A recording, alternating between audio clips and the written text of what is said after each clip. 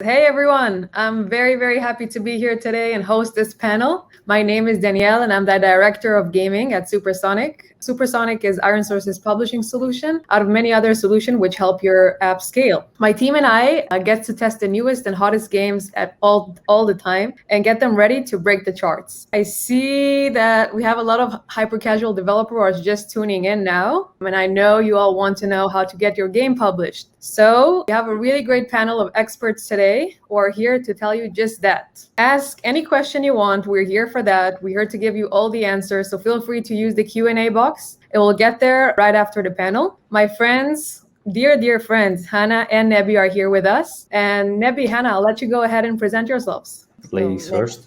You first, Nebih. So hi everyone, my name is Hannah, and it's really my pleasure to have this session, this panel, and thanks Mobidictum for the organization with Danny, because previously I was working at ironSource, so the feeling that I can have a panel together with Supersonic it feels good. And now I'm working in Funloop. I'm the director of the partnership.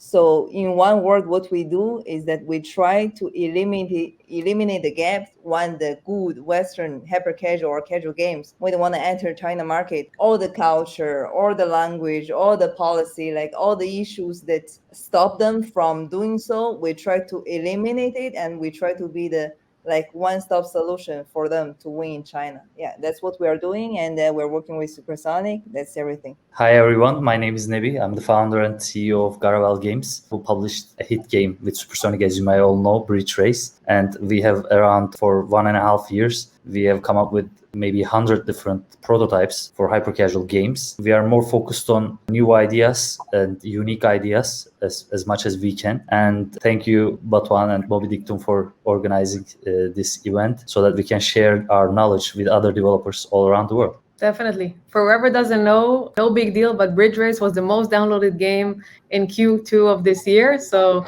maybe just a small game. Yeah, I mean, until now, we heard that until the 1st of February, September 2021, it's the most downloaded game of the year, by the way. We just heard it from Supersonic. That was a good news for us. Yeah, definitely amazing, and amazing cooperating with you on that. And hopefully we'll be able to launch the next one very, very soon. Cool. So guys, without any further ado, let's start with some questions. As you know, the first batch of creatives can really determine the future of your prototype. So let's start with talking a little bit about creatives. Question is, how many creatives should you test for your first creative test? I can go ahead with that one if you like, Danny. Sure. As I've already told, we've come up with a lot of different prototypes, and we had the experience to test as many games as possible. And in that regard, I think in the beginning, since hyper-casual prototypes are basic in the prototyping phase, we should usually go with 6 different creatives in the beginning. But once we have a promising result from the first tests, then we decide to change and differentiate the game's looks if we believe the mechanism was good enough. And the next things we try are always related with the color palette, different background elements, different character skins, and what we believe would change the CPI to even be better than the promising results we already got in the first phase. But in the beginning, as I said, more than 6 may not be that much of a difference. Yeah, definitely. I want to even point out what you said and even make that stronger. So the question is, it's always between efficiency and variety, right? You want enough variety, you want a lot of levels. At the same time, you want to understand really, really fast, is your prototype marketable, right? So there is no magic number. Anything between 4 to 8 would be good. What I would try to test in this variety is different questions. I wasn't sure about in the prototyping process. For example, right? If it's camera angles, like you said, themes, characters, things like that are easy to change on the Unity level. This is what I would try in order to test and just minimize uncertainty. And everyone knows there is a thing called FOMO. Anything that will kind of make my FOMO more quiet when I would try to move to the next phase. Either it's with this prototype or the different prototype. This is something that I would try to test. Again, different scenarios, different themes, maybe really depending on the game, right? But yeah, we have also a question. Do you have any tips for a winning creative? Again, that's a continuation of the first question, actually. I mean, creatives, the number of creatives we should test really depend on the things like you mentioned. But apart from that, we have to be careful that we are in a really strict environment while testing the games. That is, people watching the advertisements just for a few seconds, and they watch it on a handheld device, which is usually vertical positioned, and they only see a portion of the screen. So my preference for creatives would be first record it on a device where you feel most comfortable. I mean, that doesn't mean you should take a build of your game like an app store. It could be a Windows build, a Mac build, editor, recording, whatever you like, and where you feel more comfortable playing the game. And obviously, we have to know that the people watching the advertisements only watch it for a few seconds. If they understand that it's an advertisement, then we know for sure that not many people are fond of the game advertisements in the market. Like on Facebook and on Instagram, we know that many people just skip the advertisements in first 5 seconds. So you gotta explain the mechanism, the uniqueness of your game in the first 5 seconds. So try to focus on that. Also, zooming in and out is really important. You have to be careful about your main mechanisms focus. If it's the character, a ragdoll, a person, a humanoid character that is on the focus of your game, you have to optimize the camera angle with that character so that everyone can visually understand from the color palette difference, from the contrast of the colors, from the lightning of the scene, that the focus of the game is that character and the mechanism comes from that character. Those are in a bunch of ways what we can give as tips for the winning creatives. Yeah, so I would comment here, like, because we focus in China only, so a winning creative in China, usually for hyper casual game, it's a creative that tell the story good within these 30 seconds. Like Nebih said, usually you have the users for the first few seconds, right? You need to make them understand, like, what's the creative about, what's your game, what's inside your game, why it's interesting. And actually one step before that is that you need to make sure your game is localized well, so that in the screen recording, the creative, that they actually understand all the words, like where you need to click, what's all the things. And also that your title, your game title, shouldn't be direct translation of the English words, which usually don't make sense at all in Chinese. So you need to have a catching, hyper casual-ish name already, a catchy name in the end, that in the creative you're gonna say, hey, come download this game. Of course, this voiceover is gonna be in Chinese, right? So I think in general, like for China, a winning creative, you need to make sure that people understand you in Chinese very well, and you need to make sure it's hyper casual-ish enough. Yeah. Cool. That's a good insight as well. I think from my end, yes. So 5 first seconds, not only 5 first seconds, first snapshot, right, of the game. This is something that we understand is really important. If you understand this, just a snapshot, you understand what's happening, what's the story, what's my goal. Besides the 5 first seconds, and how do you continue a good creative, something needs to happen every 33 seconds. It should have a really, really good rhythm. Rhythm is important. Also in game-wise, once you're building a game, once you're building a level, if it's a runner, something has to happen every 3 seconds. If it's something on the way that helps you boost yourself, if it's other things, something every 3 seconds. I think a good example for it is the Gangnam Style video. I don't know if you guys remember it. It was like a worldwide sensation. The video gives a really good example of a good rhythm. The video is just hypnotizing. You sit and you watch it, and you just like, I think it's a really good idea for like just to summarize the idea of it. And yeah, your points really, really make sense. Thank you guys. Is already singing in my head. If I could, I would just show you the video right now, but I'm not presenting. But Everybody next time, knows.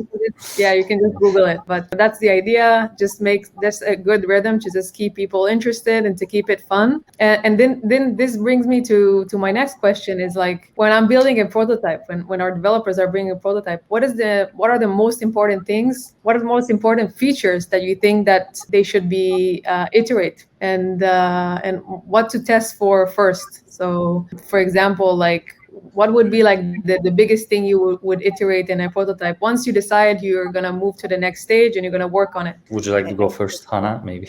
I think maybe like we are one step after the prototype. We're the complete version, the adaptation. Yeah, maybe you can start first. Okay.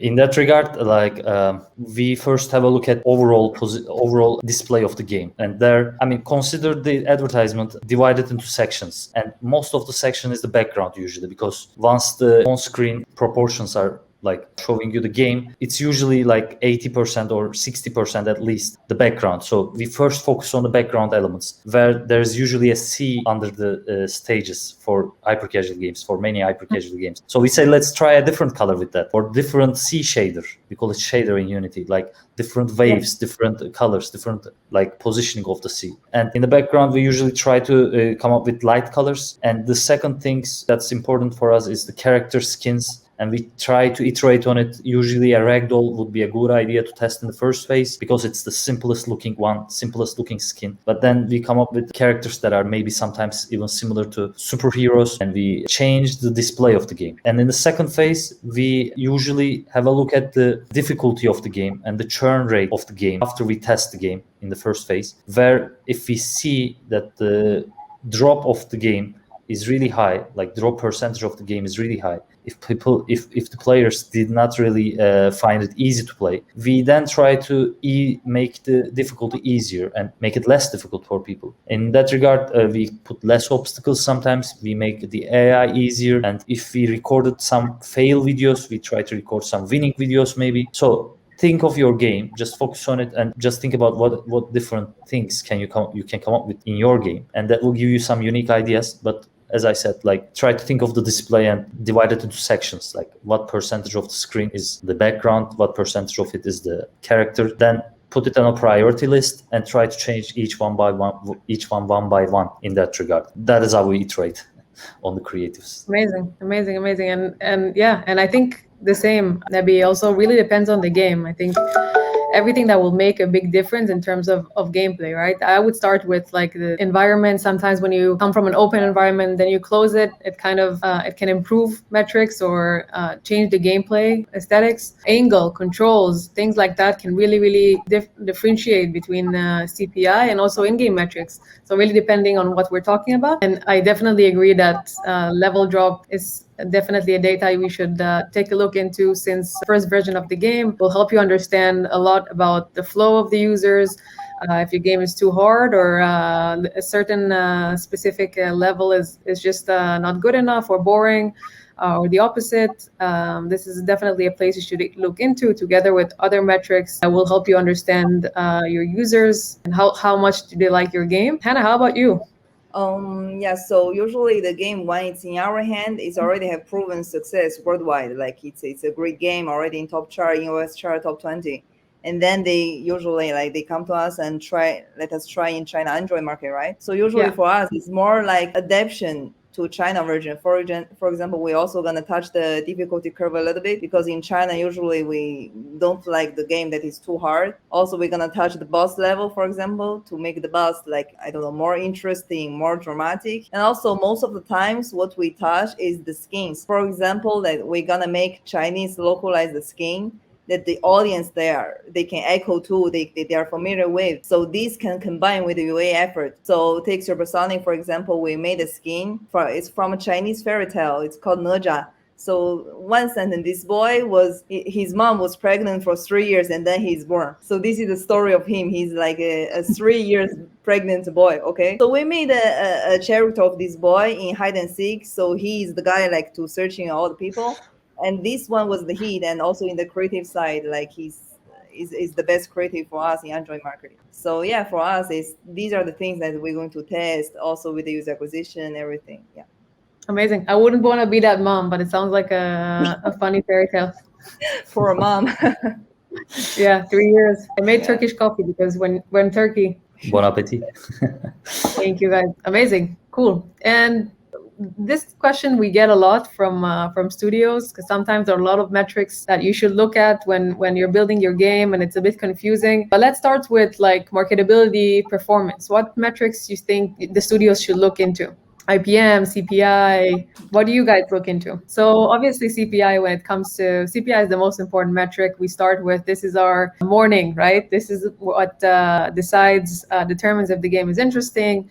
Specifically in social networks, we'll look at CPI. I would also look in social networks on the split of the demographics is really important. We don't want to start from half of the market, right? We want to be very universal, talk to everyone, female, male, most of or all of the ages, right? So if we see our game going towards one market, which is only the male or female market, I would try to maybe separate better, or look into what makes my game be so, let's say, just just for one part of the market. Obviously, IPM, when it comes to SDK networks, you should aim for an IPM over 30, 35. IPM is installs per mil, which is installs per 1,000 impressions. So anything over 30, over 35 would be good. Another thing you should check is a good kind of like the IPM, a high IPM shouldn't come only from one source, from one app that you're running on. You want kind of like a good split between the top games out there. So this is something that you should remember when you're testing on SDK. Supersonic is testing on multiple networks depending on the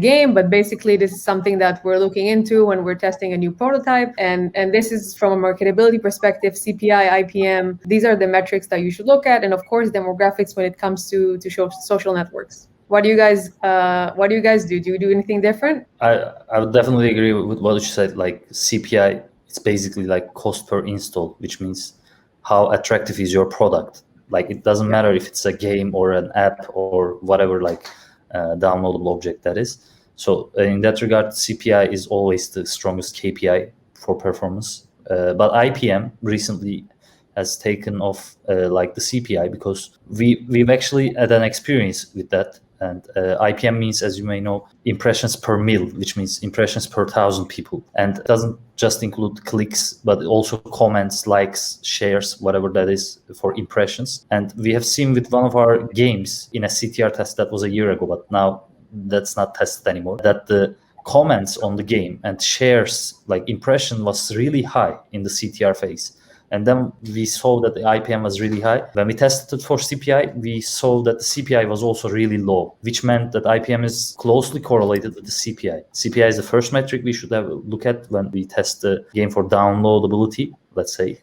But IPM is, I think, the second most important key factor in attractiveness. Also, once the game is like promising with the CPI results, then we look at the day one and retention metrics, like playtime metrics. And in that regard, like I mentioned before, level drop and churn rates are also important, because if you maybe by mistake made the first level really difficult, maybe people drop because of that reason. So you have to watch carefully why people would like to leave your game after installing, because when they saw the advertisement, they actually downloaded this game.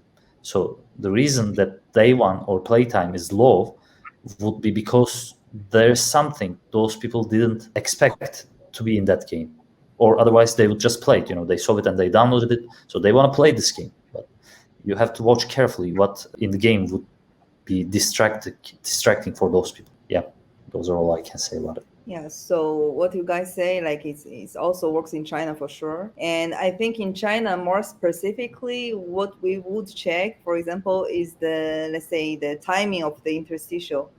If it's comfortable, like for this game in general, if it's comfortable for the interstitial to show inside the game. So take bridge race, for example. When we launch in China, we try to shorten the bridge, like the bridge inside the game, to make each level shorter.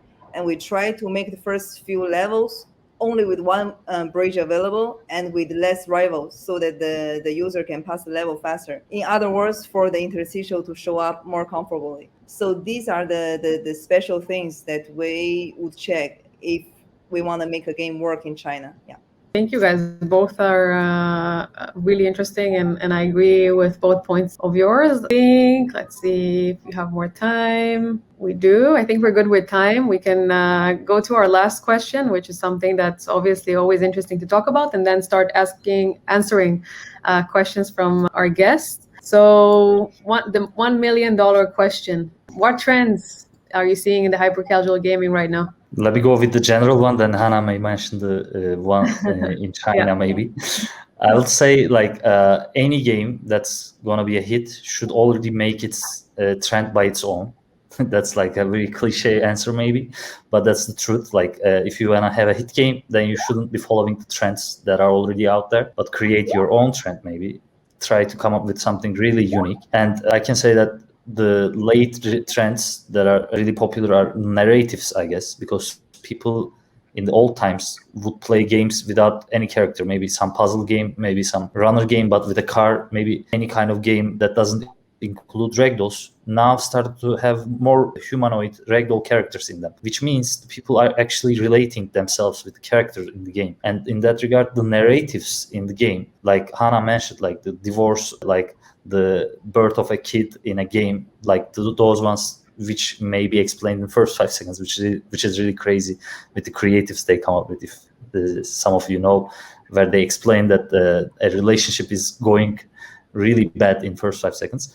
Those kind of narrative-based games, I think, are really trending, and that's why like games like High Heel and Run Rich and Body Run, those kind of runner games where you actually control your character with different body types or different rich, poor characteristics, is why the reason why these kind of narrative games are trending. This might also be caused by the creatives, in my opinion. Like, we see every day in TikTok different trends coming up, so maybe some people are taking them as a reference to come up with games. That would be a nice idea to start with. And I believe, as the developers of Bridge Race, that a game should be competitive, which means you should have a rival, an enemy, an opponent in the game to play with, which feels more fun, in my opinion. As kids, we played with our friends. I mean, playing with your own toys is also, attractive, but I would prefer more like playing against someone. And in hyper casual games, we know that multiplayer games are not really like worth coming up with, because it's more time taking and it's more difficult to produce a server that can hold millions of people, as that's the audience we are targeting. And in that regard, the IO games, which were really popular in the beginning of hyper casuals, would still be popular, in my opinion. That can be a trend in the future as well.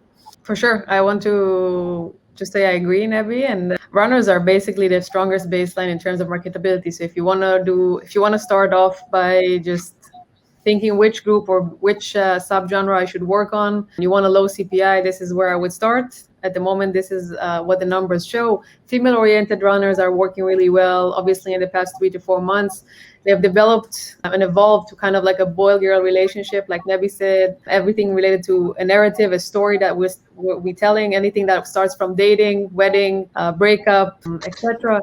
For the future, I see more beautiful game, everything looking better, higher fidelity, more satisfying, everything becoming much more, say, just beautiful, right? Looking better and better. This is something that our eye likes and everybody likes to see and watch. We'll come to hyper casual games as well. You can see it in casual games, happening in casual games, and we'll move to hyper casual. Yeah, Anna, anything special in China in terms of trends? Yeah, so you as you say that it was from casual to hyper casual. So in China, it's been talking about this for a long time. Like, they try to move from hyper casual to casual. They are trying it, but still, like, the majority are not there yet. And I think about trends in China is more about policy. I also see one like question here. Like, it was 2 days ago, China passed the strictest law that all the minors, like the kids under 18, they can play only 3 hours for a week. I mean, for now, this is not impacting hyper casual game yet.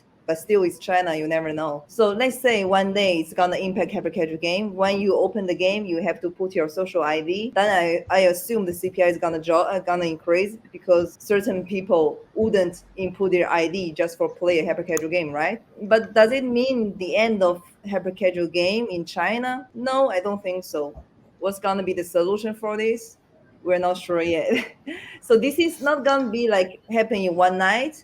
So it's going to be a process, but we will figure out how in China. I mean, things in China should always like have a solution there, like our way, our solution. So we're kind of like positive in this. The trends in China, you never know. It can happen overnight, but the impact is not going to be so fast. So we have time to prepare for this, and I'm positive for this. Like, there's going to be a solve. And the good thing is still not impacting hyper casual game yet. Yes, yeah. Sounds like a very mad parent who came to this conclusion that I guess the summer was too long for a lot of people. Yeah. And it will be interesting to see how this will evolve. Definitely. Hannah, just a question, like in pandemic circumstances, did Chinese kids go to school in last year? Maybe related with why this decision was taken, like maybe regarding this decision. They stayed at home and played a lot of games, maybe? Maybe their kids, yeah. In the beginning of the year, like many kids, they study at home, they study online. But then things, because of the regulation we had is very strict. So the things in China is back to normal. Only, few cities once a while. So most of the time, like, they have their school, yeah. But it's just in the beginning of the year, yeah. Cool, guys. I see that we have a few questions from our Q&A. Let's start with, we have a question from Istok from Dawn of Play. He's asking how many man hours go on average into one prototype that is ready for testing? So I think Nebih, it is something. Yeah, as developers of more than hundreds of prototypes, I can go with that. I think not more than a week. Like if the mechanism is kind of difficult, maybe just 1.5 weeks. But spending more than that and seeing it fail, because we usually see that, out of 100 we only got one hit. I can say that with honesty and like ease, because like that's how you do it. That's how you try to come up with a hit. You just try different methods to come up with new games. And if you spend more than a month, let's say, that's like really time taking. And if it fails with the tests, then it's demoralizing, which may affect the future of the studio or the developer in a bad way, in my opinion. But never like say that it's a bad thing to spend more time on a game mechanism that's really unique.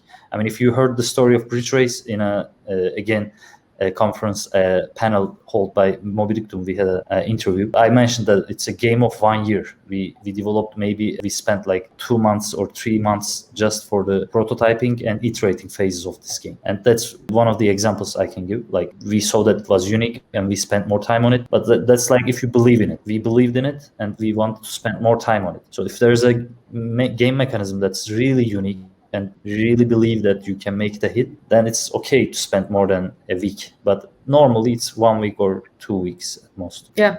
In continuation to what you said, Nebih, I think more than 2 weeks is don't do it.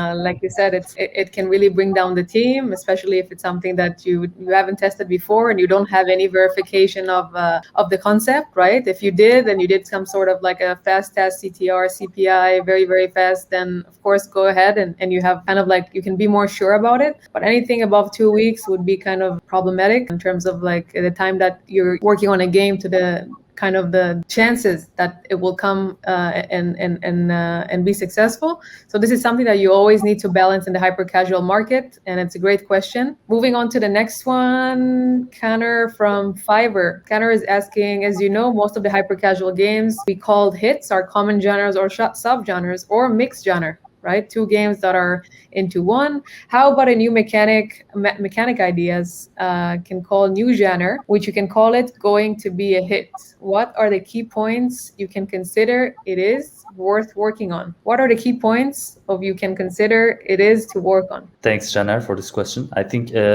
I believe that like there's a bad reputation of hyper casual, as we may all know. But I believe that in actually hyper casual, we are the game genre that's coming up with new mechanisms much more than other genres. To be honest, like that's a fact. As far as I'm concerned, like we try to like cut meshes, like put people in different situations. Like we try to come up with some real crazy ideas, and in that regard, I think the hits that we see in the market are really worth like calling new genres. New, like they are obviously controlled with a swipe mechanism or joystick mechanism, which is restricted in the phone devices, like handheld devices. We know that we don't have PlayStation control mechanisms or keyboard control mechanisms. We are restricted in that sense. But any idea that's unique and tested in hyper casual is, I think, gonna be a hit if it's really, really unique in genre and it's creating its own like subgenre in a sense. So key point for me would be to watch all other games that's been created in the last 3 years, and that's a know-how. Like since we are in this